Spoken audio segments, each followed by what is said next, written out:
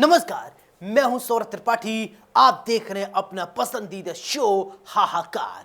इंसानियत और जुर्म का पुराना नाता है। हमारे चारों ओर फैला है जुर्म का मकर जाल।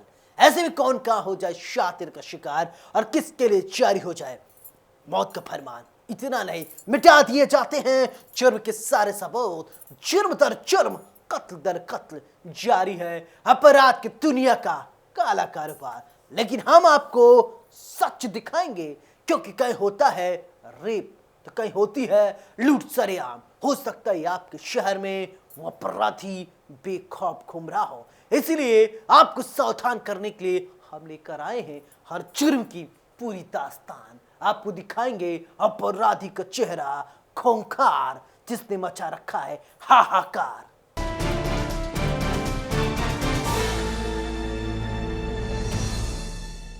हम आपको भदोही के एक ऐसे खाकी वाले गुंडे की तस्वीर दिखाएंगे जो सरेराह सरे बाजार लोगों से बदसलूकी करता है। साहब को बहुत गुस्सा आता है। जरा जरा बात पर कॉलर पकड़ने लगते हैं, धक्का मुक्की करने लगते हैं, महिलाओं को गाली देने लगते हैं। देखिए आखिरकार भदोही का ये गुंडा कौन है, वो भी वर्दी वाला।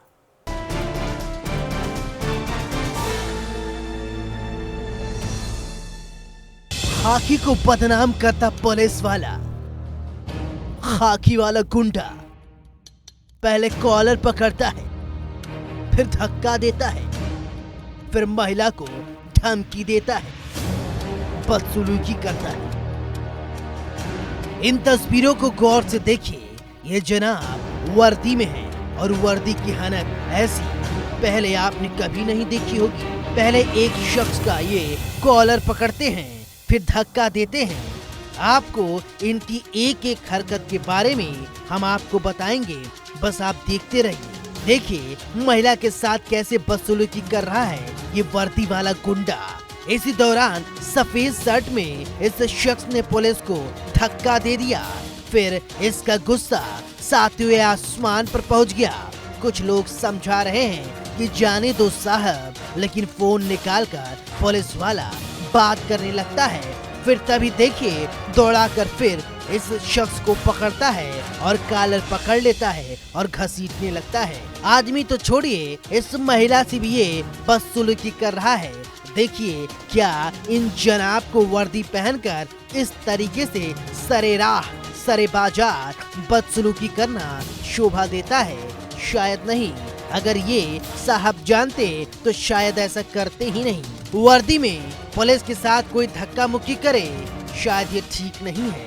लेकिन दोनों लोग इस तरह से सरेराह एक दूसरे को धक्का दे रहे हैं वो शायद बिल्कुल गलत है। चलिए आपको पूरी कहानी तफ्तीश से बताते हैं। देखिए कार में ये शख्स बैठ गया।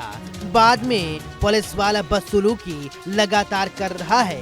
बदसलूकी कम होने का नाम नहीं ले रहा है। देखिए कैसे ये शख्स गाड़ी स्टार्ट कर जाना चाहता है कि अब तो जाने दो साहब, लेकिन ये वर्दी वाला गुंडा इसे जाने नहीं देना चाहता और कभी खींच रहा है, कभी धक्का दे रहा है, कभी गाड़ी के आगे आकर खड़ा हो जाता है। गाड़ी देखिए थोड़ी आगे बढ़ी, लेकिन ये चाबी निकालने की नियत से गाड़ी में हाथ डाल देता है। देख रहे हैं ना गाड़ी में बैठे शख्स को कैसे ये पुलिस वाला हाथ इसका ऐंठ रहा है, कभी इसे धक्का दे रहा है। अब तो हद ही हो गई, लोग जुटते गए, लेकिन ये कहाँ मानने वाला। इसी बीच महिला गाड़ी से निकलती है और कहा सुनी जोरदार हो जाता है और साहब का गुस्सा सातवें आसमान पर हो जाता है और गाली गलौज करने लगती है। जी हाँ, आपके टीवी स्क्रीन पर दिख रही तस्वीर यूपी के भदोही जिले की है। चलिए आपको पूरी कहानी एक बार तफ्तीश से और बता देते हैं। दरअसल भदोही शहर की ये तस्वीर है जहां समाजवादी पार्टी की नेत्री और पूर्व जिला पंचायत अध्यक्ष श्यामला सरोज अपने पति के साथ कार से जा रही थी। ट्रैफिक नियंत्रण के दौरान वहां पर तैनात पुलिस कांस्टेबल से मामूली बहस के बाद पुलिस कर्मी ने अपना आपा खो दिया और पूर्व जिला पंचायत अध्यक्ष श्यामला सरोज और उनके पति से जमकर अभद्रता करने लगा। पुलिस कर्मी ने दोनों को जमकर गंदी गंदी गालियां दी। एक महिला को भी इस पुलिस वाले ने इस मौके पर नहीं बख्शा।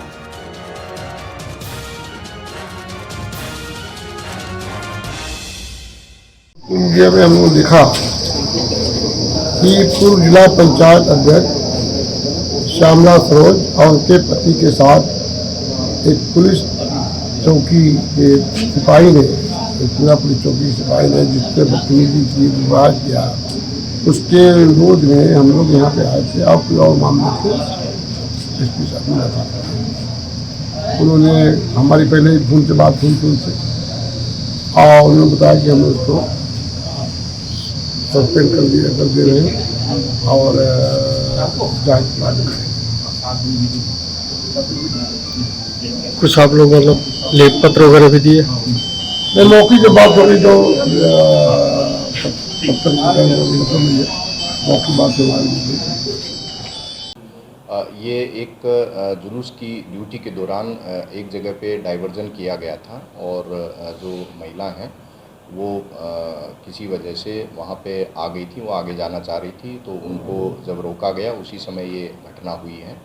और वीडियो में देखने से लग रहा है कि पुलिसकर्मी जो है उसने अमर्यादित और व्यवहार और अभद्र भाषा का प्रयोग किया है।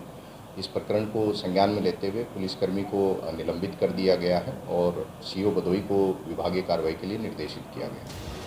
वहीं एसपी ने बताया कि जिस जगह की घटना है वहां पर रूट डाइवर्जन हुआ था, लेकिन महिला कार के साथ वहां आ गई। जब उनको रोका गया तो उसी दौरान बहस हुई, जिसके बाद ये पूरा बखेड़ा खड़ा हुआ। उन्होंने कहा कि मामले में जांच के आदेश दिए गए हैं। इस वारदात के बाद सवाल खड़ा होता है, आखिरकार पुलिस वाले ने अपना आपा क्यों खो दिया?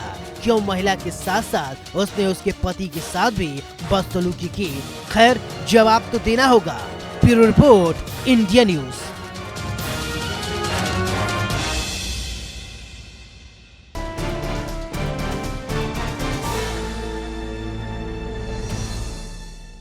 एक तरफ महिलाओं और बेटियों की सुरक्षा के लिए लगातार कोशिश किए जा रहे हैं, लेकिन महिलाओं और बेटियों पर हो रहे आपराधिक मामले कम होने के नाम नहीं ले रहे हैं। कम होने के बजाय ये बढ़ते ही जा रहे हैं। हम आपको गाजियाबाद की एक खबर दिखाएंगे, जहां पार्क में अपनी मां के साथ घूमने गई एक बच्ची के साथ दो युवकों ने दुष्कर्म की वारदात को अंजाम दिया। सवाल ये खड़ा होता है, आखिरकार बच्ची को कब मिलेगा न्याय?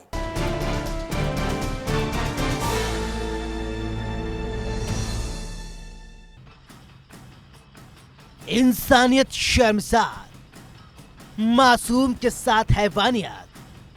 पार्क में गई थी बच्ची के साथ दो लड़कों ने किया रेप। मासूम को कैसे मिलेगा न्याय? कैसे सुरक्षित होंगी बेटियां? एक तरफ महिलाओं और बेटियों की सुरक्षा के लिए लगातार कोशिश की जा रही है, दूसरी तरफ हवस के भूखे भेड़िए हैं कि मानते ही नहीं। कब, कहां, कैसे कोई शातिर का शिकार हो जाए कोई नहीं जानता। आपके टीवी स्क्रीन पर दिख रही तस्वीर यूपी के गाजियाबाद की है, जहां 6 साल की बच्ची के साथ दो लड़कों ने मिलकर रेप की वारदात को अंजाम दिया।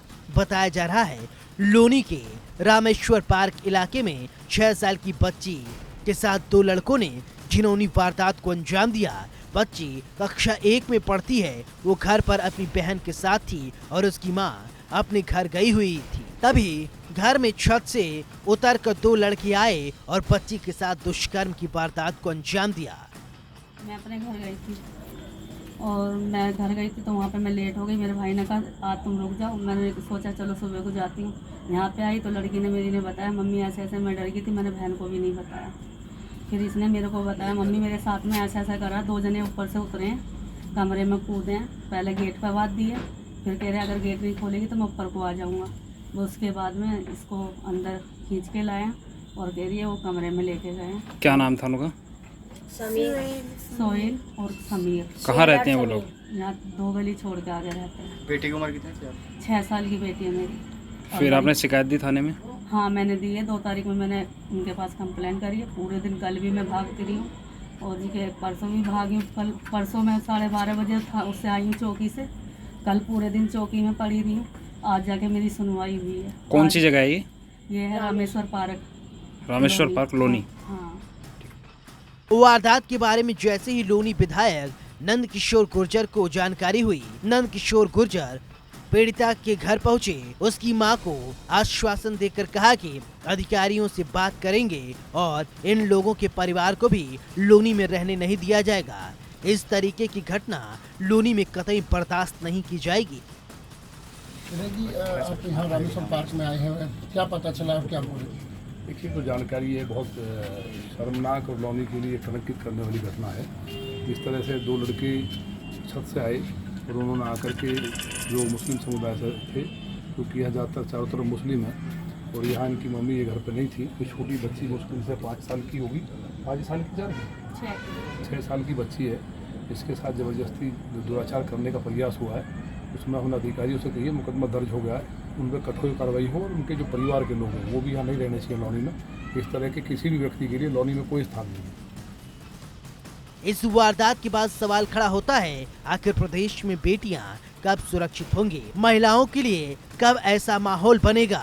बेटियों के लिए कब ऐसा माहौल बनेगा कि बेटियां बिना किसी डर भय के रहें और कोई आपराधिक मामला न हो? क्यों कोई माहौल खराब कर रहा है? अपराधियों पर कैसे लगाम लगे? अपराधी कैसे डरें कि अगर गलत काम किया तो इसका अंजाम खतरनाक हो सकता है? तभी जाकर महिलाओं और बेटियों पर हो रहे अत्याचार पर लगाम लग सकता है। खैर, अब देखने वाली बात होगी पुलिस कब आरोपियों को गिरफ्तार कर सलाखों के पीछे भेजती है। Bureau report, India news.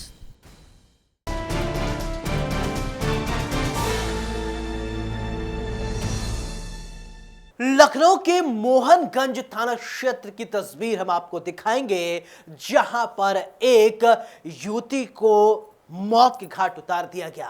परिजनों का कहना है कि बेटी घर में थी, अचानक गायब हो गए, लेकिन घर से 500 मीटर दूरी पर उसका शव मिला। शव मिलने से किस तरीके से परिजनों में मच गया हाहाकार, रिपोर्ट देखिए।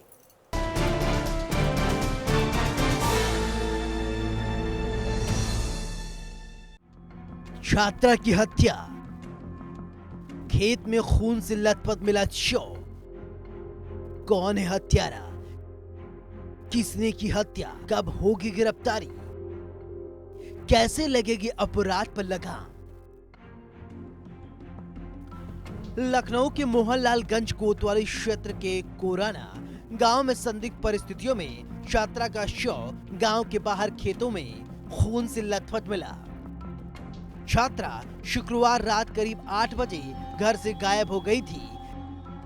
गांव के लगभग 500 मीटर दूर नाले के किनारे खेत में छात्रा का शव खून से लथपथ मिला। छात्रा का नाम पारुल बताया जा रहा है।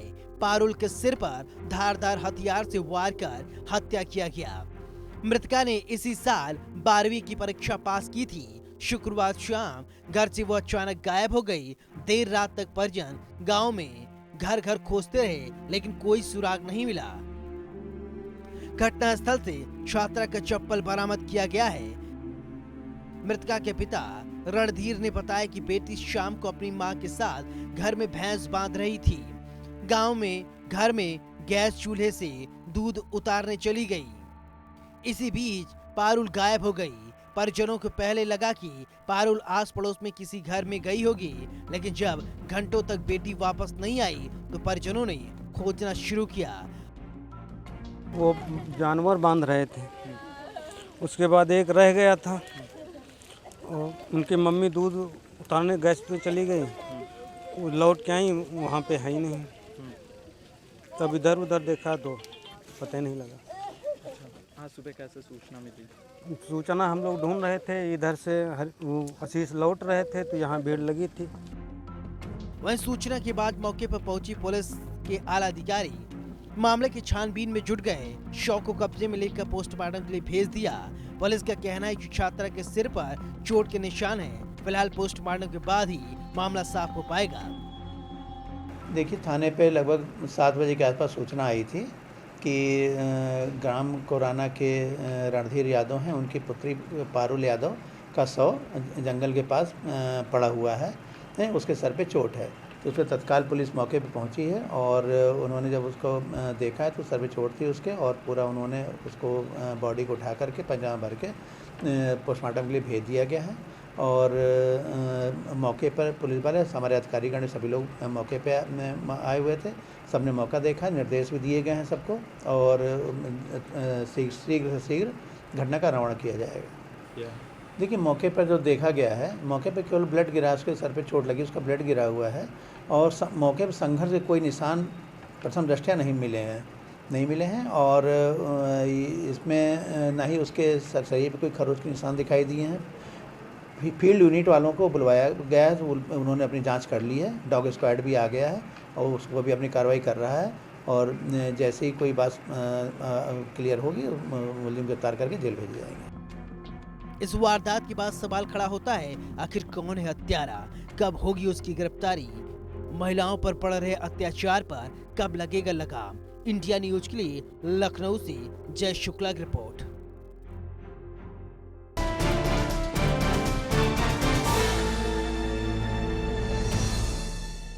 हमारा मकसद आपको डराना नहीं है, आपको बताना है समाज में किस तरीके से जराइम की काली कहानी बुनी जा रही है। सोमवार को फिर मिलेंगे कुछ और काली कहानियों के साथ। तब तक दीजिए अपने दोस्त सौरभ त्रिपाठी को इजाजत। लेकिन चलते चलते दोस्तों एक गुजारिश, सावधान रहें, सुरक्षित रहें, अपने परिवार का बहुत ख्याल रखें, क्योंकि अपराध कहीं भी कभी भी किसी के हाथ हो सकता है। नमस्कार, जय हिंद।